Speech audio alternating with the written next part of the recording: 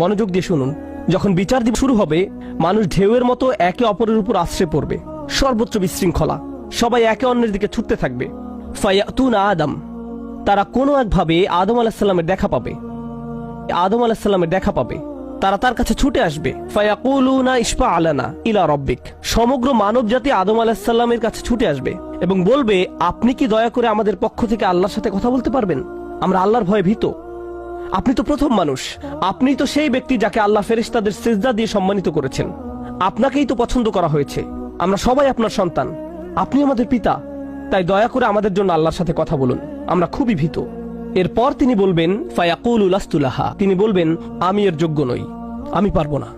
ফায়াকুলু লাস্তু লাহা ওয়ালাকিন আলাইকুম বিইব্রাহিম, তোমরা কেন ইব্রাহিমের সাথে কথা বলছো না? তোমাদের উচিত ইব্রাহিমের সাথে কথা বলা। অতএব মানব জাতি এখন কার খোঁজ করছে?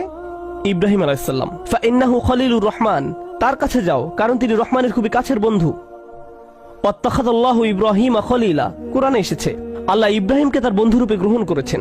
তাই ইব্রাহিমের কাছে যাও, তিনি তোমাদের সাহায্য করতে পারবেন। তারা ইব্রাহিমের কাছে যাবেন।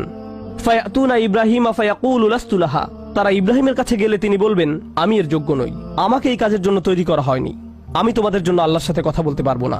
ওয়ালাকিন আলাইকুম বিমূসা, তোমরা কেন মূসা আলাইহিস সালামের কাছে যাচ্ছ না? তো মানব জাতি মূসা আলাইহিস সালামের কাছে দৌড়ে যাবে। ফাইন্নাহু কালিমুল্লাহ, তিনি আল্লাহর সাথে অনেক কথা বলতেন। ওয়া কাল্লামাল্লাহু মূসা তাকলিমা, আর আল্লাহ মূসার সাথে কথা বলেছেন সরাসরি। সুতরাং তিনি যেহেতু আল্লাহর সাথে কথা বলতে অভ্যস্ত, আজকে তো কথা বলার উত্তম সময়, তিনি তোমাদের পক্ষ থেকে আল্লাহর সাথে কথা বলবেন। ফায়াতুনা মূসা ফায়াকুলু লাস্তু লাহা, মানব জাতি দৌড়ে মূসা আলাইহিস সালামের কাছে যাবে, তিনি বলবেন, আমি এর যোগ্য না, আমি পারবো না। ওয়ালাকিন আলাইকুম বিঈসা, তোমরা ঈসা আলাইহিস সালামের কাছে কেন যাচ্ছ না? ফাইন্নাহু রূহুল্লাহ ওয়া কালিমাতুহু, তিনি হলেন আল্লাহর দেওয়া রূহ এবং তিনি আল্লাহর কালিমা, আল্লাহর হুকুমে তিনি অলৌকিকভাবে জন্মগ্রহণ করেন।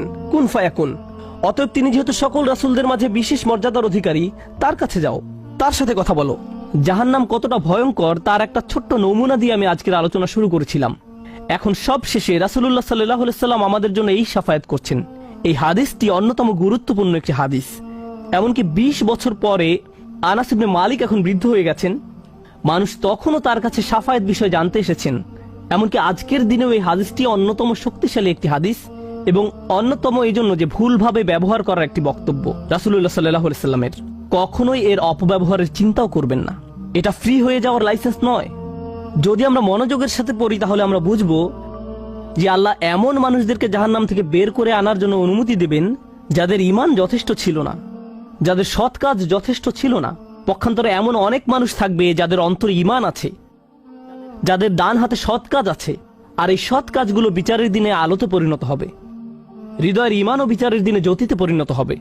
ইয়াসআ নূরুহুম বাইনা আইদিহিম ওয়া বিআইমানিহিম, তাদের বুকের ভেতর থেকে আলো ছুটতে থাকবে এবং তাদের ডান হাত থেকে এই আলো টর্চে পরিণত হবে, গাড়ির হেডলাইটের মতো।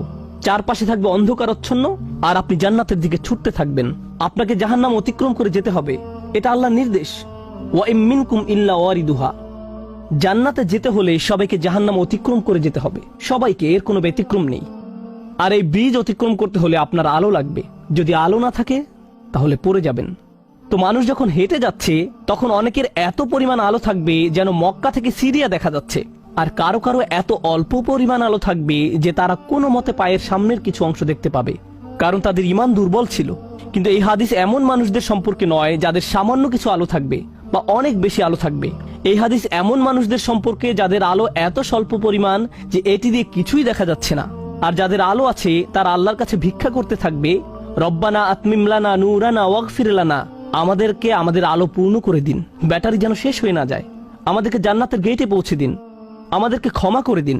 আমরা আল্লাহর কাছে ভিক্ষা চাচ্ছি যেন তিনি আমাদের কপালে রাসূলুল্লাহ সাল্লাল্লাহু আলাইহি সাল্লামের শাফায়াত জুড়ে